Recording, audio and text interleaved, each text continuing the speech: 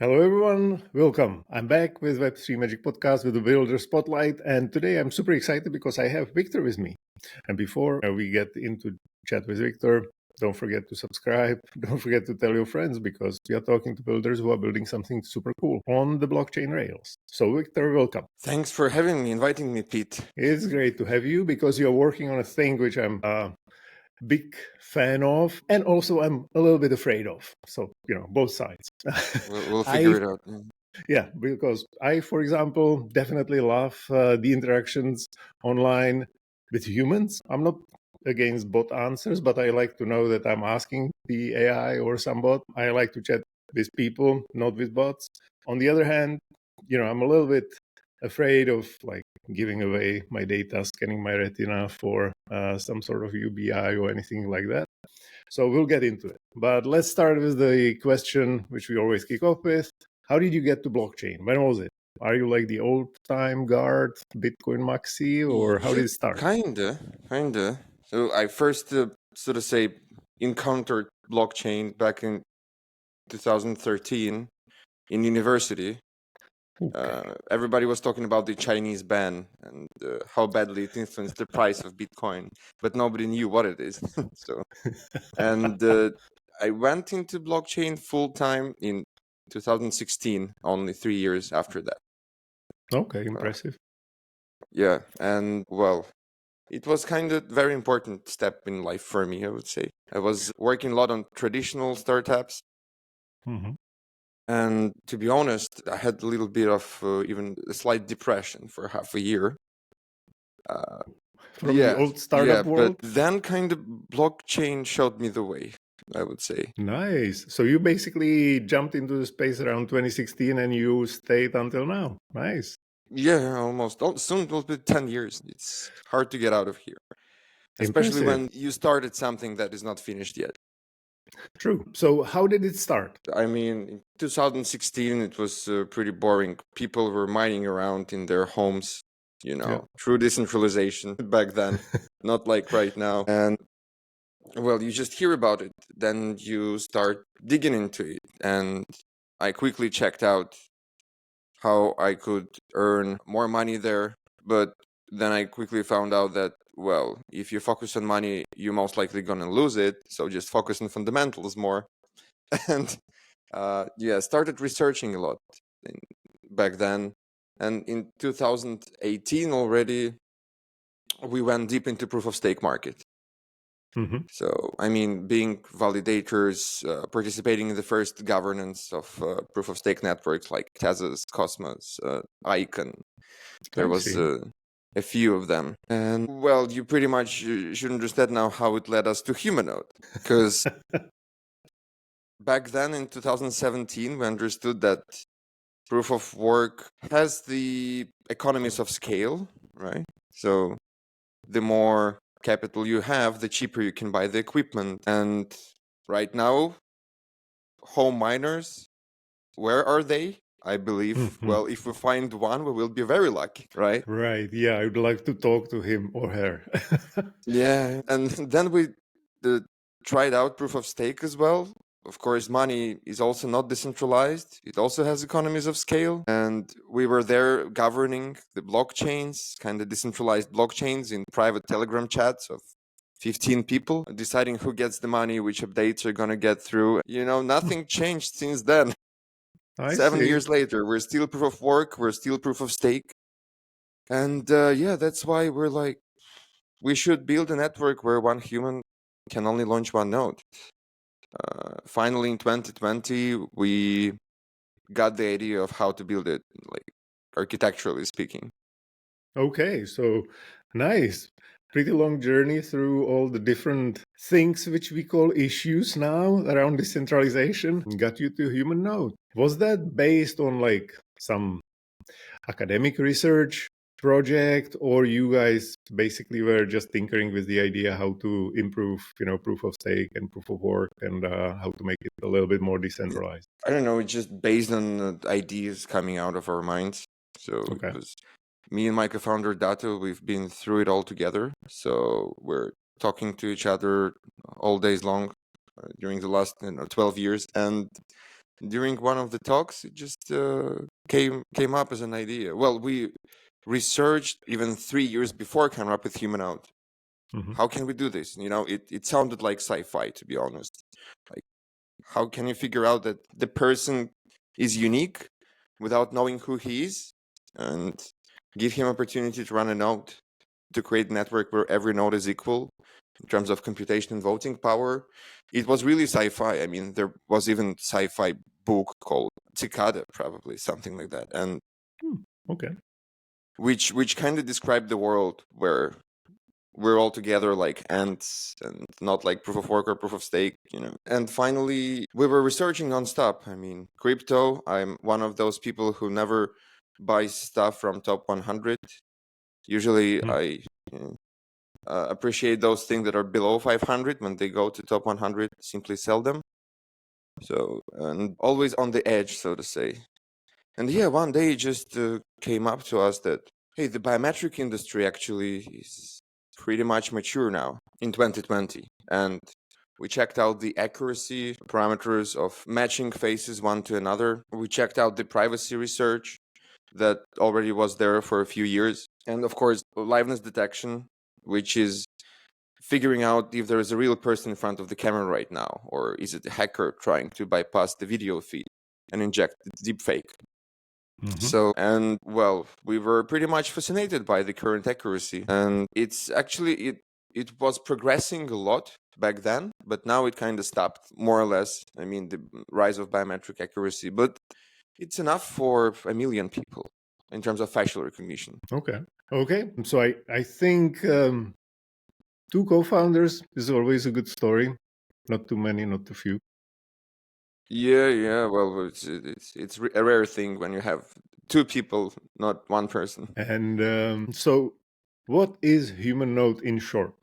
Just give us a short pitch. The short picture: the blockchain layer 1, where one human can only launch one node, and of course, the consequence is the governance of. You can build democratic, meritocratic, isocratic, whatever governance, which is not just plutocratic like what we have.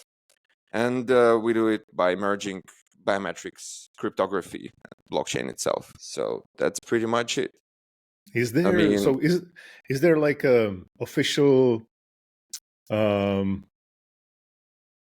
pathway how to prove that I am human, which is standardized, happens on some places or can happen anywhere? I'm just referring to Worldcoins. Sure. So we wanted to be as inclusive as possible. We were also thinking about some specialized hardware in the beginning, but when we checked what we can do with simple facial recognition available from any device, so yeah, you can do it from anywhere, we chose for now this modality is the main one. So we were also, to be honest, thinking in the beginning to use specialized hardware, but eventually we checked out the accuracy of facial recognition available on any device, and we think that it was already enough back then for a blockchain scaling to millions of people, which is already a huge network. It's totally enough to have facial recognition available on any device. So we went with this biometric modality for now. Of course, we want to add more. Okay. So because I like the part that you guys went with facial recognition. I'm not really sure if there was any other option back then in 2020, which would be, I mean, even now there is no option if you want to get rid of specialized hardware. Right. Because, I mean, second to facial recognition available on any device is voice recognition, which is much, much worse, like 100 times worse. And for high quality things like retina in your eye or palm recognition. Yeah, palm. Fingerprint. Fingerprint. We don't have it on iPhones or PCs, many of those. It's not inclusive. Will you buy a new smartphone just for scanning your finger? No, I won't. But I already have it, so it's fine. Well, you're lucky user of Samsung, probably. Yeah. So I'm Samsung and iPhone user a long time. Okay, so you have both. Nice. So yeah, I mean, there was no other option, still no other option. I see. But using facial recognition, of course, would be much better if you could even not use your face because you're afraid that the protocol will use your face for something else. But we can talk about the cryptography part later, if you will. Yeah, we definitely can. Well, let's jump into the security of information which you gather. I'm not not really familiar with the way you guys store data, and I'm not even sure you need to store the data, right? So once I prove I'm human, you can basically just tick me off and take me as a human. You don't really need to store anything for that, or do you? Oh, we do. We actually do. There are two ways to do that, okay? Like full cryptography mode, where you encrypt the data locally and you send it to the, well, let's say some decentralized storage in a hashed version kind of your face. Mm-hmm. The problem with this approach is that hash is deterministic, but biometrics are probabilistic. So biometrics are neural networks, which basically, in our case, compare one face to another, right? Mm-hmm. And if you just hash them, you will always have the probability of having several hashes from one person. And that's already a Sybil attack. I mean, you Right. have few hashes, you can pretend you are few people. Gotcha. One address, one of your blockchain addresses is attached to one of the hashes, another to another. And that's a Sybil attack. So we actually need to decrypt the data, the biometric data, to compare it. And in order to make it completely secure, what we do is, well, we still encrypt the data locally on the device which you're using, for example, your phone.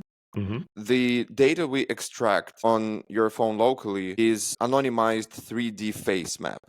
So it's kind of a representation of the points on your face in 3 dimensions, which don't already look like your face. In order to reverse it back to original, you have to know the weight of the neural network that we're using.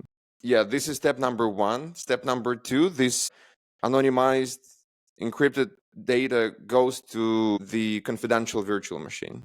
Mm-hmm. So what is that? It is basically servers with the encrypted memory, and we make sure that even we don't have access. How? We build them so that when the server launches, it rotates the key inside it. Mm-hmm. So only the server has the key to decrypt the data, compare the data, and give you the answer if the person is unique or not.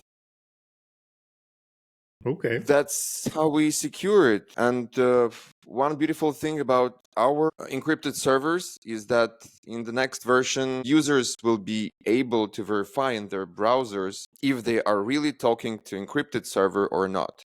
So it's kind of user-based attestation of the hardware encryption, not just trust Intel or trust AMD. Okay.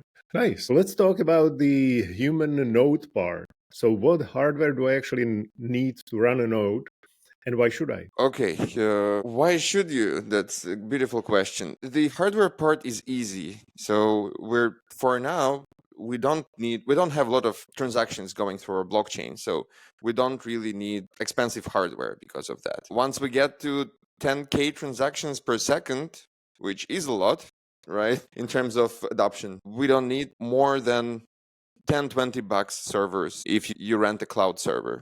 Okay. Potentially, we discussed it just yesterday. You could use your Android device as a server, actually, Okay. if it's always plugged in and if it's directly connected to the internet for the good internet bandwidth. You could actually run it on your phone at home, of course. Always 24/7 connected until your phone dies because it's not created to do this stuff. But yeah, you basically set up a server, same as in proof of stake, Mm-hmm. but the requirements we have are pretty low. So I see. 10-20 bucks maximum. Actually, what you get in return is not much as well. That's We what I would used expect. we used to cover the cost of validators. So imagine we have 1,800 validators right now. Mm-hmm. And everybody who has nice uptime, around 98% at least, Mm-hmm. gets 25 bucks a month in Humanode terms. So Okay. all you can do is do like X2 on your costs unless you just run it from your home, and it's pretty much free for you. Yeah, so becoming a node is not hard. One important thing, you have to scan your face every week. Whoa, okay. The harder, it saves us from sock puppeting. So there is a Sybil attack, which is when a person creates tens or hundreds of accounts on his own. Okay. Right. But since we have biometrics, we're kind of got rid of a Sybil attack with the high probability. And there comes the sock puppeting. Like, sock puppeting is like taking other people, and using their faces for your own needs. Okay. So unless we scan people every week, they will start sock puppeting 100. For now, people do sock puppeting, but they're kind of do it only with their close families, and Sure. which is fine because the whole family is kind of supporting our blockchain. Right. That makes sense. And of course, the incentive part, we try to keep it as low as possible because it's not about incentives for us. It's about building a network of real human beings coordinating together in order to maintain the ledger of truth, compared to proof of stake networks when you just give the ledger of truth, so to say, to the big for-profit companies.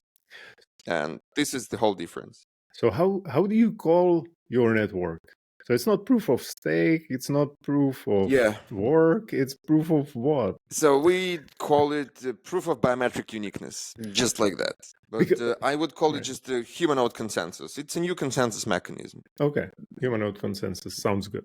Yeah, we should coin that term. Technology-wise, how do you guys fit into the bigger, Web3 ecosystem with all the Cosmoses, Bitcoins, and EVMs? Okay, we actually built our new consensus mechanism by building a few modules and playing with Polkadot SDK. Okay. So we really love Rust. We think that Rust is ideal language for building things like that. And in terms of security, in terms of basically memory control, and we have EVM, but we're not restricted to EVM only.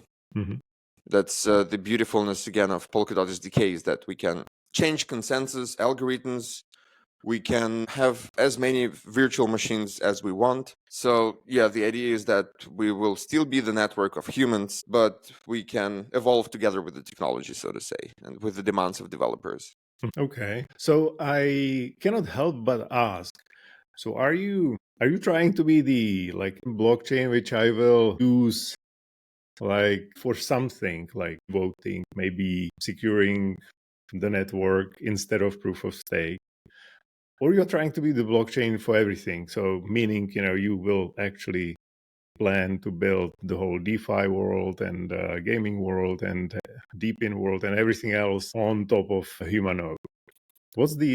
So as you understand, with our new consensus, we are kind of weird for the funds and the big whales existing in crypto, right? Right.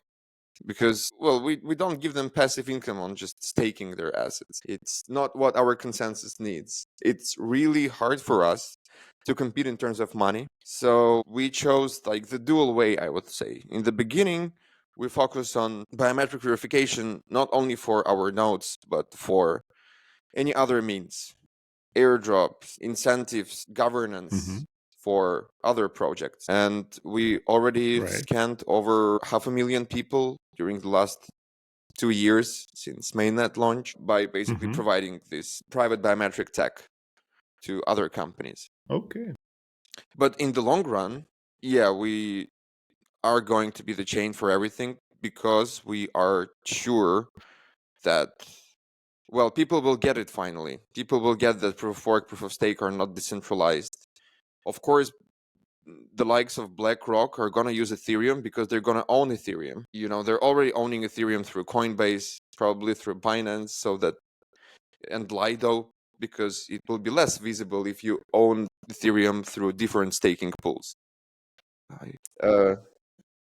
Overall, yes, we are going to be the blockchain for everything, and we have DeSci AI projects and gaming launching this year on our chain. And we think it will be pretty successful projects. We support them as much as we can. Okay. I think then the inevitable question is always, so what are the preferred like verticals which you guys want to attack? Because I mentioned gaming, you mentioned DeSci. There's a lot of hope around DeSci. So what would be the strategy to actually get people on Humanode? Because I like the idea that it is a chain which is proved by humans and that the money doesn't matter. And I think a lot of people would agree with this. The problem is money is actually running the world, and people with the money would not agree with this because they have no reason to, unless 5 billion people will be on Humanode and only a million with the money will be on Ethereum, which is Oh a yeah, hard thing to do. That's actually what we're seeing with Barachain. Barachain, they build proof of liquidity incentives for the rich, so to say, right? Or for farmers, whatever. And they have less than 100,000 daily users right now, like 70K something. But you have more consumer focused chains which do not focus on total value locked, and they can have 500,000, like BNB or some of the others. Yeah, in short, what we care about is the more transaction fees our chain gets, the more validators can it subsidize. The more validators we have, the more decentralized the network is, the more secure the network is. Okay, because the attack on our network is the coordination of unique humans scattered all over the world. So the more the better, the more secure. And what we're focused on is getting consumer applications on chain, which will drive as many users as possible who are going to pay transaction fees in order to grow our network. That's pretty much it. Growing the GDP of the network, so to say, is our goal. And yeah, we focus whatever is consumer oriented. Gaming is perfect, but it's hard to find good games. So we stick to one game we like. And if they're going to get millions of users, we're going to get millions of users. That's it. So one thing which comes to mind, obviously, which is about onboarding a lot of humans is, of course, like social networks, SocialFi, things around human conversation and human coordination in general. Any SocialFi shaping up on Humanode? So unfortunately, SocialFi, they don't have a Sybil resistance problem yet because they don't have that many users. I mean, unfortunately, Warpcast it's almost dead if you see it. Like even we crypto companies, we're thinking should we post there or not because it's nobody looks at it. You should, unfortunately. And this is a problem. But in gaming, it's different. People just play games because the game is good. And that's it. And in terms of DeSci, we actually are helping a pretty interesting project, which is focused on on turning the speculative money who want to speculate on meme coins or whatever which is growing or falling down fast, and give this money to the labs, give this money to researchers by creating hypothesis markets. So there is a hypothesis that we will cure cancer by 2027. People bet on it. Transactions fees go to researchers. I see. Oh, that's pretty neat. It's kind of like Polymarket matched with Pump.fun. Yes, matched with science as well. Matched with science, sure. Okay, yeah, that's possible. So how many, let's say, monthly active users you guys actually have on Humanode right now? Because you mentioned you have around 1,800 validators. So how many users? Yes. Yeah, I would say currently we're pretty low in terms of on-chain especially. Our most popular product is off-chain Discord integration. You can vote in Discord, one human, one vote. You can distribute rewards in Discord. Yeah, so there we have up to 100,000 monthly users. Wow, nice. So last month it was 100,000. Yeah. And on-chain, we have, I think, less than 10K monthly usually. Okay. Depending on different periods as well. As I said, we're just helping the first native apps, consumer focused, to get out to the market this year. So it will change pretty soon.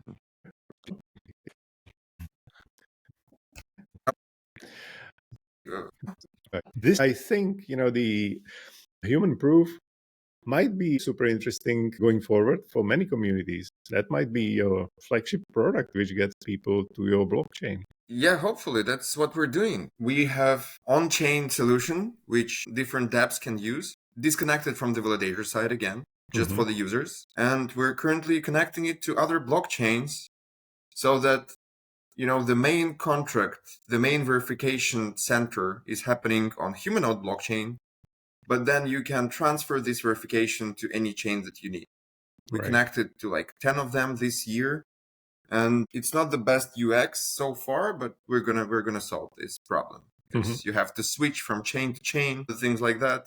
Yeah, sucks. But yeah, Pete, totally, we agree here with you, and that's what we're building currently for the further adoption of our biometrics and the chain. So I should probably ask that before, but how big is the team now? We've been stable 20 plus people for the last 4 years. I see. And almost the same people all the way. Oh, great. Mostly engineers, I assume. No, of course not. We have a BD team, 5 people, Wow. trying to prove the industry that, guys, you need Sybil resistance or your incentives will go to one person and he will dump it all into the market in one click. So we have, of course, the media team pushing the articles nonstop, communicating with the community. So it's never just about engineers. Otherwise, you don't have community or distribution of your product.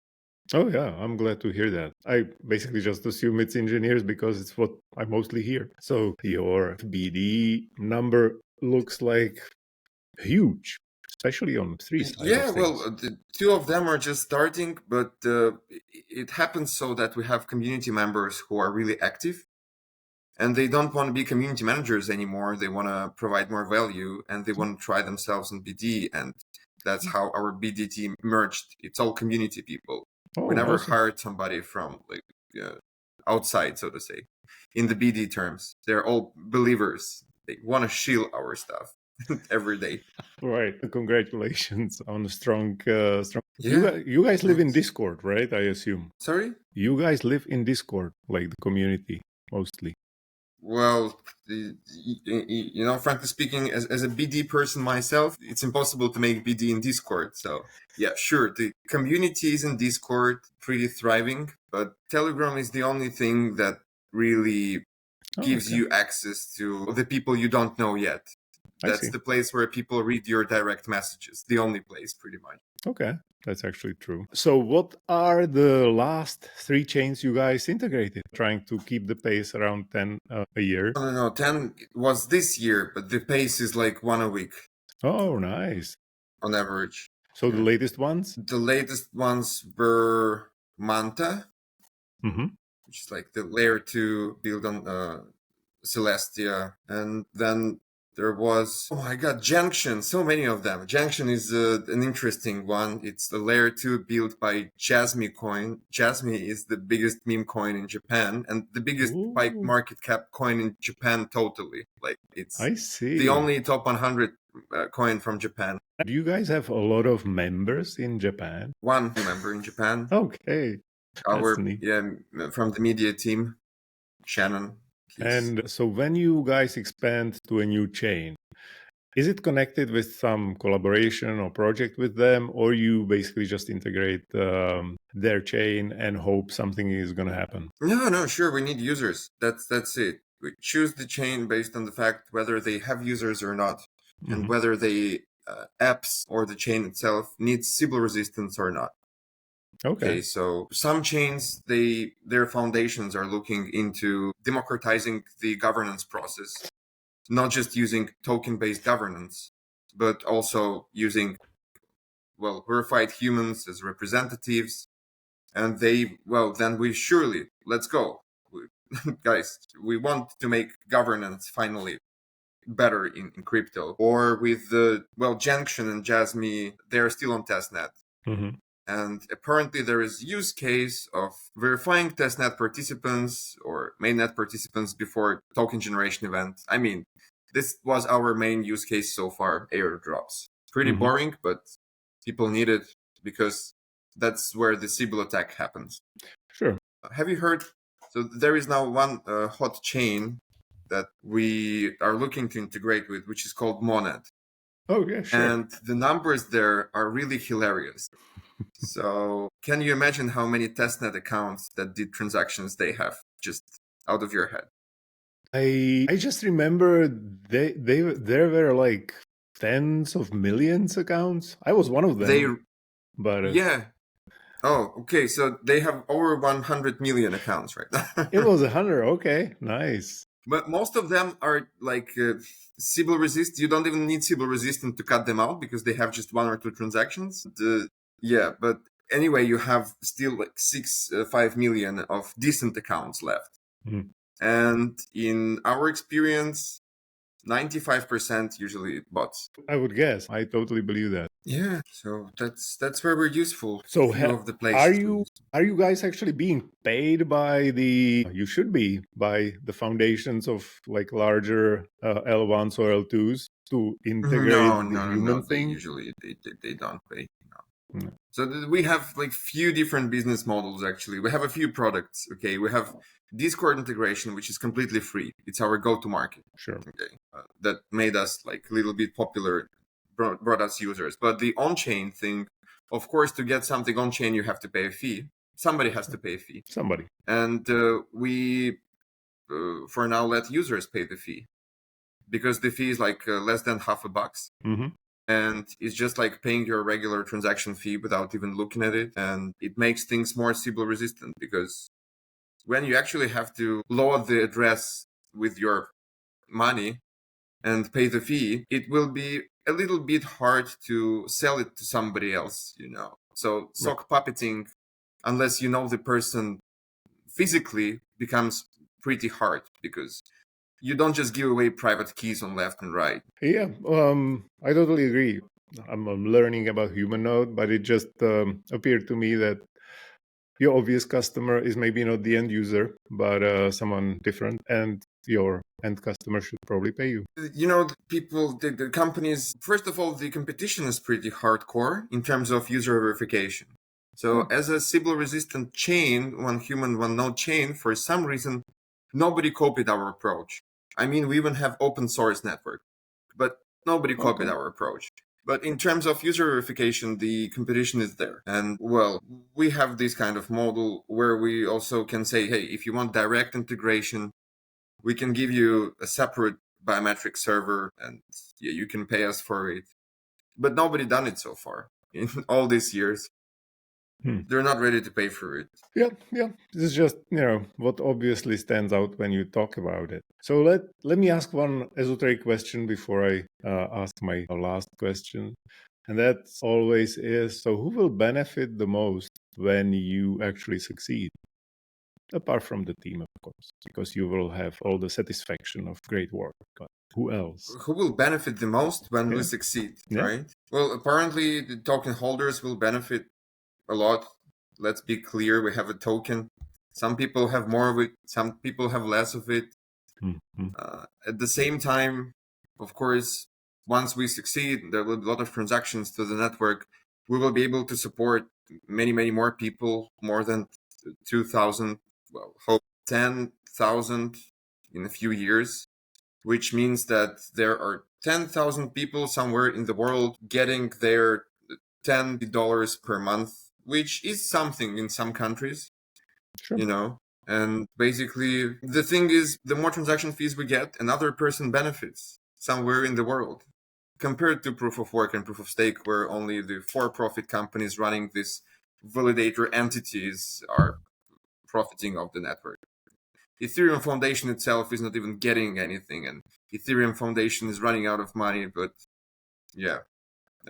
The validators probably will support it later on because they have more money than Foundation right now, but still, it's a pretty different picture. And I hope that once we truly succeed, there will be a country, at least a small one, which is going to say, okay, ladies and gentlemen, every citizen will be a Humanode. And every transaction going from one person to another inside of the country, the fee is paid equally to all the citizens in the country. And you pretty much have a kind of UBI, but for something useful, not just giving people money for free so that they can continue their meaningless existence, so to say, in a dystopian future. So it now actually reminds me, it would be nice if your human node would run the same way Minima does. Do you know Minima Global? It's basically a blockchain which runs on everything, and combined with the Yeah, proof Minima of is very interesting. with Unfortunately, it can be EVM, too heavy, would be. Maybe in the future it will be possible, but yeah, sure, it would be nice if people could just run it on phones, don't have to rent any server, and you can connect, disconnect anytime. I think provenly it worked with 500,000 people being connected. So yeah, 500,000 nodes. Right now we say that we should scale together with the, economic substance to scale for it. We won't just give tokens to people out of nowhere by printing them. Sure. We want to build a real economy around it.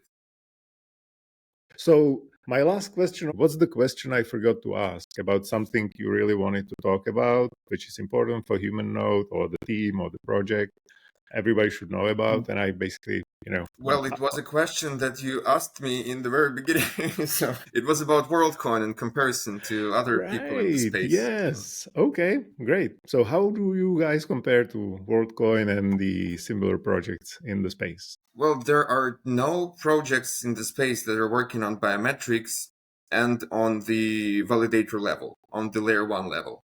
Mm-hmm. All of them are working on the software as a service level, I would say, where they're used to prove humanity of people, but not used to decentralize the very core of our industry. Okay. Of course, decentralization is not what we value currently as an industry. We forgot about it, I would say. Centralized things get more traction because they have better UX and less costs. But I mean, it turns our industry into a joke unless we focus on like the real values that we had initially. And okay, how do we compare it? Worldcoin is, well, they have a great vision as well, because they are actually giving out the money for free to people just for scanning once. I think I got over $600 so far. Wow. But yeah, of course, yeah. After the drop of the price, I think I'm now getting 10 times more from my Humanode than from just Worldcoin airdrops. And basically, the vision of Worldcoin is, again, it's in terms of biometric part. They use specialized devices, which allows them to use better liveness detection because of the infrared scan of your eye. And scanning your eye actually gives you 10 to 100 more accuracy. So meaning scalability across people all over the world than facial recognition. You have some things like not availability in 100 countries, which is a problem, but scalability is nice. And basically, as you see Sam Altman, he's building OpenAI. Probably they're gonna get to AGI, the first ones, and Worldcoin will be a basis to feed people so that they can live on without having a job. And it's kind of, I wouldn't say it's like they will be feeding people like cattle and all this stuff like other people imagine. I mean, it's still nice to give people something when they have nothing because of how technology turned out and because of the fact that we're still in capitalistic stage of our society. But yeah, we're different so that we actually empower people to run the network. They're earning money because they do valuable stuff, and we don't give out money just from nothing. We are based on real economic activity on the network, and that's only when we grow to millions of people, not from the very beginning. So the approaches are very different. The only thing we have in common is biometrics and cryptography, I would say. That's my question answered. And, definitely last question should always be, what should people go and try on Humanode? I assume if you are a user, you don't really need to validate that you are human, or do you? What do you mean you don't really have to validate? I mean, if I am in terms of using the blockchain itself? Yeah, if I just want to go and try the game which you guys have or any app which runs on Humanode. So this is true. You can use the DEX, the basic infrastructure, the bridge without verifying yourself. But the really interesting things start when you verify yourself, because that's where we focus on. Gotcha. Okay, so the games that are going to launch on our chain, you will have to verify yourself to get rewarded. I see. But you can try the game without verifying yourself.